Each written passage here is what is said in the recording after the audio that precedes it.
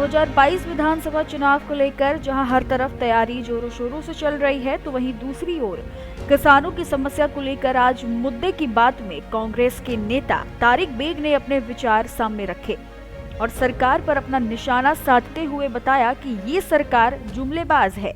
आपको बता दें कि सेना में रहकर तारिक का परिवार आजादी से पहले ही देश की सेवा में योगदान करता आ रहा है। आज भी तारिक किसान है और कांग्रेस में बहराइच से जिला उपाध्यक्ष हैं। बहराइच से अजमल शाह की रिपोर्ट।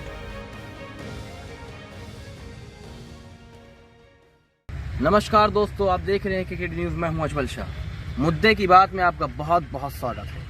आज हमारे साथ में एक ऐसी हस्ती मौजूद है जो आज़ादी से पहले या आज़ादी के बाद या वर्तमान में आपके दादा स्वतंत्रता संग्राम सेनानी रहे, आपके फादर पिता जो कि आर्मी में देश की सेवा करी, और आप किसान हैं। और किसान ऐसा स्तंभ है भारत का जो कि अगर अन्न ना उगाए तो जितने भी लोग हैं, चाहे वो पहाड़ के उस पार रहते हों या पहाड़ के इस पार रहते हों, ज़मीन पर रहने वाले जितने भी इंसान हैं वो खाने के बगैर उनका जीवन अधूरा है। तो अगर किसान अन्न ना उगाए तो फिर कैसे पेट भरे।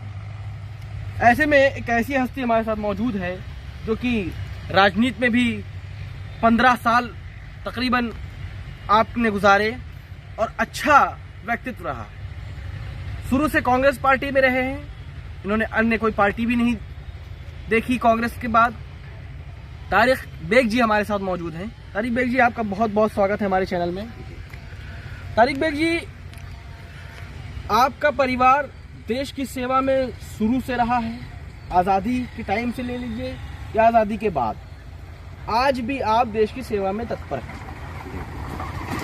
ऐसे में आप किसान हैं प्लस आप पार्टी से बिलोंग करते हैं। किसान होने के कारण मैं आपसे एक प्रश्न करना चाहता हूं कि भारत सरकार या उत्तर प्रदेश की राज्य सरकार से किसान होने के नाते आप क्या मांग कर सकते हैं? देखिए, मौजूदा हालात जो चल रहे हैं, किसान अभी जैसे 1 साल से ऊपर हो गया है, अपने मुद्दों को लेकर के, अपनी मांगों को लेकर के वो रोड पर बैठा हुआ है, जिसके ऊपर मौसम की तमाम मार पड़ चुकी है। और उस मौसम को छोड़िए, कम से कम 700 किसानों ने अपनी जान गंवा दी है। तो ऐसे में मांग क्या कर सकता है आदमी? वो लोग भी अपनी जायज़ मांगों को लेकर के ही बैठे हुए हैं कि उनको सही तौर तरीके से सरकार उनकी जो अनाज है उसका उपज का सही पैसा उनको मिल सके।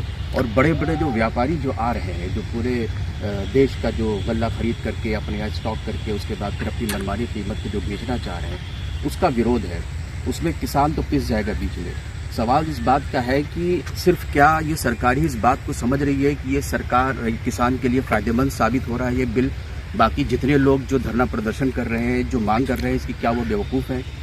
या तो सरकार बेवकूफ़ है, वो समझा नहीं पा रही है अपनी बात को लोग किसानों को, या फिर किसान उनकी बात को समझ नहीं पा रहे हैं। तो ये तालमेल बैठ नहीं पा रहा है किसी भी तरह से। तो हमारी तो यही कहना है कि जो भी हमारी पैदावार हो उसका सही मूल्य किसान को मिलना चाहिए और उसकी जितनी भी नुकसानात हो उसको सरकार को देना चाहिए। ये सरकार के लिए भी ये सोचना पड़ेगा इस बात को। नहीं, जैसा कि आप किसान हैं और किसान का, जैसे आप एक किसान हैं, आपका सोचना ये है, अलग अलग लोग होंगे, अलग अलग सोचना होगा। ऐसे में आपका ये सोचना है कि हमारी जो मूल्य है, हमारा सही मूल्य, वो मिलना चाहिए। लेकिन सही मूल्य का मतलब ये है कि जो इन्होंने कानून बनाया है, पहले तो इसको वापसी करें। अभी इन्होंने जो कानून बनाया जिसके लिए 1 साल से ज़्यादा किसान अपना धरना प्रदर्शन कर रहा था, तो इतनी बात होने के बावजूद फिर उन्होंने सेकंडों में वो अपने कानून को वापस ले लिया। अगर वो कानून गलत थे तो वो पारित क्यों किया गया, और अगर सही था तो वापस उन्होंने यही उनको करना था। तो ये बात किसानों से बैठ कर के शुरू नहीं करनी चाहिए थी ना। ये तो कोई बात नहीं हो पाई। इतना धरना देने के बाद फिर आपने सेकंडों में उसको ले लिया। वजह क्या है? सिर्फ इसलिए कि क्या यूपी के चुनाव सर के ऊपर है।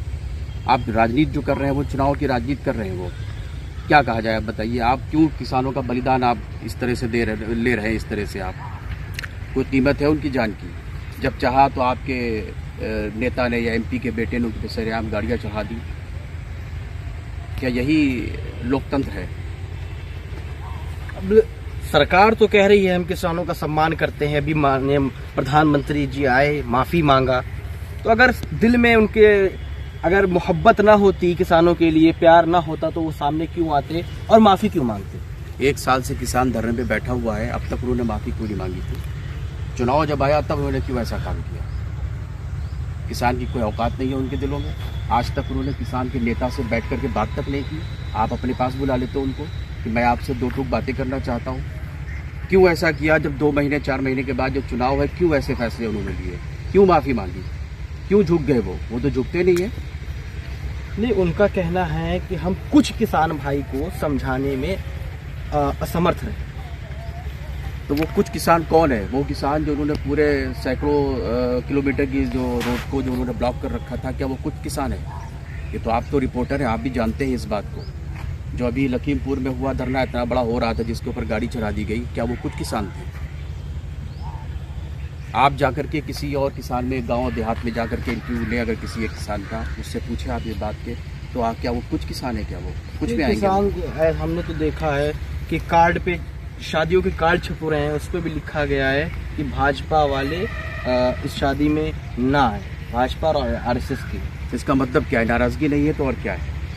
नाराजगी तो है ना। ये अगर मैं कहता हूँ ठीक है किसान गलत था, तो आपने बिल वापस क्यों लिया? आप अपनी बात को कहने के बाद फिर वापस ले ली, इसका मतलब आप गलत है, मैं नहीं गलत हूँ।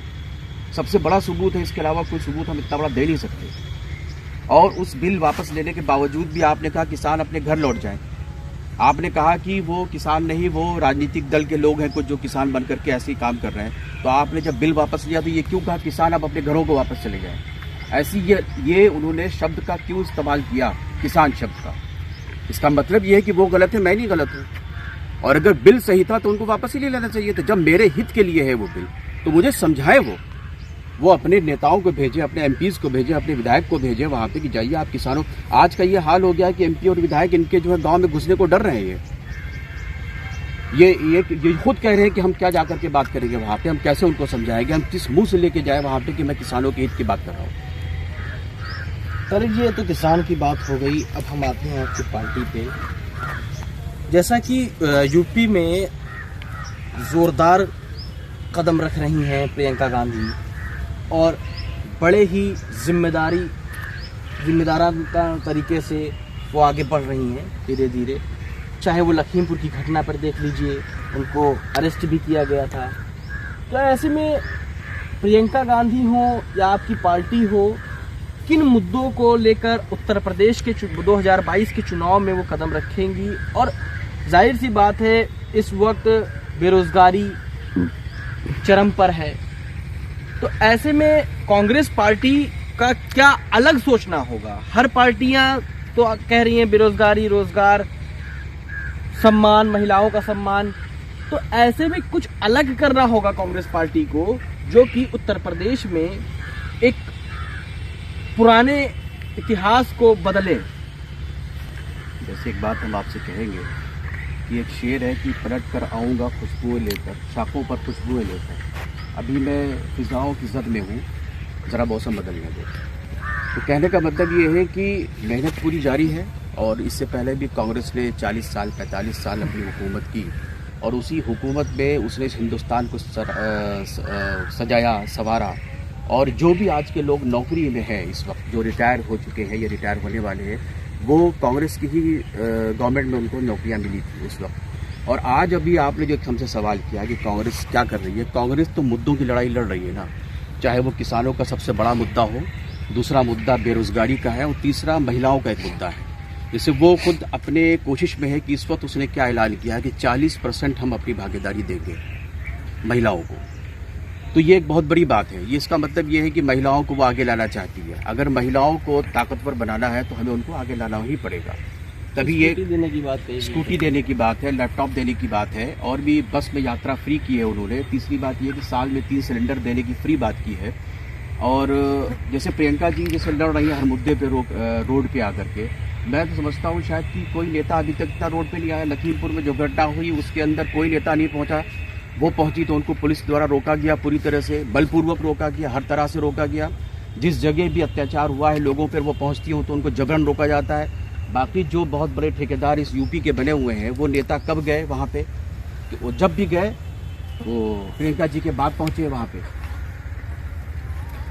जैसा कि आपके जो पारिवारिक इतिहास है आपका, उसमें आपके दादा स्वतंत्रता संग्राम सेनानी भी रहे हैं, आपके पिता आर्मी में भी रहे हैं। इसी से एक जुड़ा हुआ सवाल है, जैसा कि एक अभिनेत्री हैं, उन्होंने कहा कि उनको 2014 के बाद असल में आज़ादी है।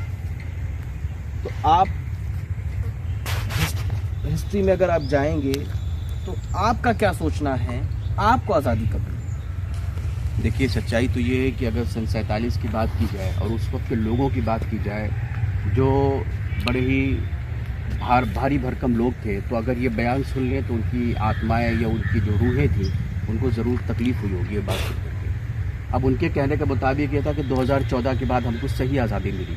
ये तो उन्होंने उसका अपमान किया जिसने उनको अवार्ड दिया, चाहे वो राष्ट्रपति हो चाहे हमारे माननीय प्रधानमंत्री जी हो। उनको कुछ सोचना चाहिए कि ये किस तरह के बयानात हैं। दूसरी बात, अब तो हम यही कह सकते हैं उसमें कि अब जिस नेता ने या जिस आदमी ने भी उनका नाम भेजा ऊपर अवार्ड के लिए, वो क्यों भेजा, उनसे क्या वो बहुत ज़्यादा क्यों इतना लगाव था उनको, या उनके क्या कारनामे ऐसे थे जो उनको अवार्ड दिया गया है। और अब रहा सवाल इस बात का कि अब कंगना जी के बारे में क्या कहा जाए। बहरहाल वो एक एक्ट्रेस हैं, एक्ट्रेस का कोई दीन धर्म या कोई उनका कौल फेल तो होता नहीं है। आज भाजपा अगर उरूज में है तो हो सकता है उनकी बातें कर रही हो, कल हो सकता है कोई और पार्टी उरूज में आ जाए तो उनके लिए बातें भी कह सकती है। तो उनका कोई कौल फेल नहीं है उनका, ना ही उनको बहुत ज़्यादा उसके पर रखा जाए बात को। और अब ये तो बातें जवाब देना चाहिए हमारे उन लोगों को जो दानिश्वर लोग हैं, जो इस तरह के लिखते हैं या पढ़ते हैं, तो उनको भी जवाब देना चाहिए कंगना रनावत को कि उन्होंने इस तरह का बयानात क्यों दिए, जबकि विरोध तो बहुत हुआ। जैसे विपक्ष का कहना है कि अगर हम जुल्म के खिलाफ बोलते हैं, कुछ भी प्रदर्शन करते हैं तो सीबीआई जांच बैठा दी जाती है, आईटी जांच बैठा दी जाती है। तो क्या ऐसा इस बात पर आप बहराइच के हैं पत्रकार, आपने भी देखा होगा जब भी हम लोग प्रदर्शन करते हैं यहाँ पे, चाहे महंगाई के खिलाफ हो, चाहे वो किसानों के लिए हो, चाहे बेरोजगारी के मुद्दे के ऊपर हो, तो हम लोगों को कांग्रेस भवन में बंद कर दिया जाता है और सिटी मजिस्ट्रेट वहीं आकर के हमसे ज्ञापन ले लिया जाता है। हम लोगों को रोड तक नहीं निकलने दिया जाता है। कई बार तो ऐसा भी हुआ है कि बलपूर्वक हम लोगों को रोका गया है। तो क्या यही लोकतंत्र है? आप बताएं, हम कोई तोड़फोड़ करने जा रहे थे? नहीं, भाजपा का कहना है, सरकार का कहना है कि हमको हमारे कार्य में बाधा बनाने के लिए ऐसे काम कार्य में बाधा बनाने के लिए कर रहा है। तो कि अब तक जो सन 47 के बाद से जिन पार्टियों ने हुकूमत की है, चाहे कांग्रेस हो, क्या कांग्रेस के दौर में क्या ये लोग धरना प्रदर्शन नहीं करते थे? स्मृति ईरानी ने क्या सिलेंडर ले करके बैठ करके रोड के ऊपर धरना प्रदर्शन नहीं किया? जब 399 रुपये में गैस जब दे रही थी कांग्रेस, तब आप तो कह रही थी गैस बड़ी महंगी है और गैस का सिलेंडर ले करके आपने धरना प्रदर्शन किया था। तो क्या कांग्रेस ने आपको बलपूर्वक रोका? क्या आपके ऊपर लाठियां चार्ज की गई? क्या आप बताएं इस बात को। जब राजीव गांधी कंप्यूटर लेकर के आए थे तो यही अटल बिहारी वाजपेयी जी जिन्होंने बैलगाड़ी से पार्लियामेंट का घेराव किया था और कहा था कि देश कहाँ जाएगा, फिर बेरोजगार हो जाएगा देश। तो क्या उनके ऊपर बल का इस्तेमाल किया गया था? आपकी पार्टी उत्तर प्रदेश में क्या किसी पार्टी से गठबंधन कर सकती है, जैसा कि पिछले 2017 के चुनाव में समाजवादी पार्टी से उन्होंने गठबंधन किया? देखिए, ये तो खैर बड़े नेताओं की बात है, लेकिन अभी तक जितनी भी बातें आई है, चाहे माननीय हमारी नेता प्रियंका गांधी जी हो, चाहे राहुल गांधी जी हो या अध्यक्ष जी हो, तो उनके तरफ से बातें यही आई है कि इस बार कोई गठबंधन नहीं होगा, हम अकेले ही चुनाव लड़ेंगे। नहीं, भाजपा तो कहती है उत्तर प्रदेश को उत्तम प्रदेश बना रही है। किस उत्तम प्रदेश की वो बात कर रहे हैं जहाँ पे रोज़ धरना प्रदर्शन हो रहे हैं, चाहे वो पुरानी पेंशन को लेकर के हो और चाहे वो नौकरी के लिए हो, चाहे बेरोजगार अपनी सड़कों पे आकर के अपनी मांग कर रहे हैं बेरोजगारी की है। ये तो कह रहे हैं हमने 10 लाख नौकरियाँ दी है। मैं अपने घर में बात बता रहा हूँ आपकी, मेरे घर में काफ़ी लोग दिल्ली में है जो जॉब्स करते हैं वहाँ पे मल्टीनेशनल कंपनीज में, इस तरीके की कंपनीज बंद हो गई, वे बेरोजगार हो गए। कहाँ है आपकी? टीटी की परीक्षा होनी थी, उसमें पेपर लीक हो गया, परीक्षार्थी परीक्षा दे रहे थे और उसी बीच एक खबर आती है कि जो है आपका पेपर लीक हो गया। तो रद्द तो होना ही था, ये नौकरी कहाँ से देते हो? कैसे देते हैं नौकरी, आप बताएं। आप चुनाव सर के ऊपर था, इन्होंने एक बहाना बनाया कि अब इसमें यही है कि परीक्षा भी आ गई है। तो 26 दिसंबर को कह रहे हैं हम एग्जाम करा देंगे, क्या नौकरी दे पाएंगे? फरवरी में चुनाव है, कैसे नौकरी दे देंगे आप बताएंगे इस बात को? ये तो लुभावना, ये तो लॉलीपॉप दे रहे हैं बेरोजगारों को, नौजवानों को। नहीं, उसमें लीक सरकार ने नहीं कराया। लीक तो जो लीक किए थे उनको अरेस्ट भी किया गया है। तो ये तो सरकार थोड़ी ना करेगी कि हमने लीक करवाया है, वो तो जरिया बनाती है हर तरह से। वो क्या करेगी, उसके पास तो कोई मुद्दा है नहीं ये बात कहने का। इतने सालों से 5 साल हो रही है सरकार बनाए हुए, अब आप इस तरह से रोजगार देने की बातें क्यों कर रहे हैं? आप रोजाना बयानबाजी कर रहे हैं, हम 10 लाख नौकरियां देंगे, हम इतने मेडिकल कॉलेज खोलेंगे, हम ये करेंगे। आपने अभी 4.5 साल में क्या किया बताइए? इस चुनाव में 2022 के चुनाव में बेरोजगारी अहम मुद्दा रहेगा? क्यों नहीं अहम मुद्दा है बताइए आप? बेरोजगारी किस तरह से चरम सीमा पे है। आप चलिए देखिए, जो अभी कोरोना काल गुजरा उसमें कितने लोग बेरोजगार हुए हैं। अभी जो लोग हैं ये जो फ्री में राशन बांट रहे हैं, जो दुगना राशन भी कर रहे हैं, ये क्यों कर रहे हैं बताइए आप? आप कह रहे हैं विकास की दर जा रही है, वो अगर वो विकास की दर बढ़ रही है तो आप फ्री में राशन क्यों दे रहे हैं? आप रोजगार दीजिए, हमें फ्री में राशन मत दीजिए, हमें भिखारी मत बनाइए आप, हमें रोजगार चाहिए। पकौड़ा तलने को कहा नहीं तो पकौड़ा कहाँ से तलेगा जब बेसन ही महंगा हो रहा है, कड़वा तेल महंगा हो रहा है, 200 रुपए के पार हो जाएगा रोज। अभी चुनाव बाद आप देखिएगा। ये विश्वास क्यों नहीं है? अभी तेल भी सस्ता किया गया, 11 रुपए तेल में दाम घटाए गए। उसके बाद भी अगर सरकार के ऊपर हम लोग विश्वास न करें, ये बात कहें कि चुनाव बाद फिर बढ़ जाएगा, ये विश्वास कैसे करें? अभी आप देखिए ना, किसानों का मुद्दा था, इन्होंने 1 साल के बाद बिल वापस ले लिया। कैसे विश्वास करें आप बताइए? विश्वास तो तब करेगा ना जब आप विश्वास दिलाएंगे। विश्वास दिला नहीं पा रहे, धोखेबाज सरकार है ये तो सिर्फ जुमलेबाजी के अलावा कुछ है इनके पास, इसके अलावा तो कुछ नहीं है। धरातल पे क्या किया इन्होंने आप बताएं? जिस तरह से आपकी बात प्रियंका जी का चेहरा है ना, इस पर क्या नहीं? देखिए, इस बार जो है जो मेहनत हो रही है, जिस तरह से लगातार मेहनत हो रही है, पब्लिक में बातें हो रही है, तो उम्मीद ये है जैसा आप लोग कहते हैं, हैं हमारी प्रियंका नहीं आंधी है, तो आंधी है। हमारी तो ये उम्मीद है कि इंशाल्लाह हम लोग तो पूर्ण बहुमत से आएंगे, और पूरी कोशिश है इस बात की हमारी। और चाहे जैसे हो हम लोग सत्ता में रहेंगे, इस बार सम्मान वापस मिलेगा इंशाल्लाह, बिल्कुल। जाहिर सी बात है, जैसा कि इनको भरोसा तारिक जी को है, और किसानों का दर्द इन्होंने बयां किया। किसानों का ले लीजिए, महिलाओं का ले लीजिए, बेरोजगारों का ले लीजिए। आपका कहना यह रहा कि किसान से जो इन्होंने धोखेबाजी करी है उस पर एक बदलाव की आंधी चलेगी।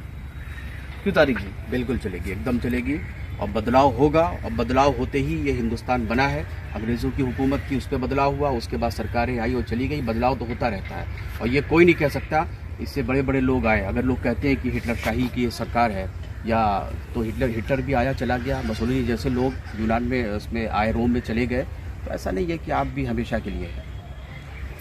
मखमल पे सोने वाले या जमीन पे सो रहे, ऐसा तारिक जी का कहना है। तो हमारा भी यही कहना है कि अपने नेता को ऐसे चुनिए जो कि आपका भविष्य संवारे, क्योंकि आपका वो वोट नहीं है, वो आपका भविष्य। केकेडी न्यूज़ आपसे यही गुजारिश करता है कि वोट ऐसे नेता को चुनने के लिए करें जो कि आपका भविष्य भी सुधारे, बेरोजगारी खत्म करे, और महिलाओं को सम्मान मिले, किसानों को सम्मान मिले। अगली विधानसभा में अगले दल के नेता के साथ फिर मिलेंगे। बहराइच से केकेडी न्यूज़ के लिए अजमल शाह।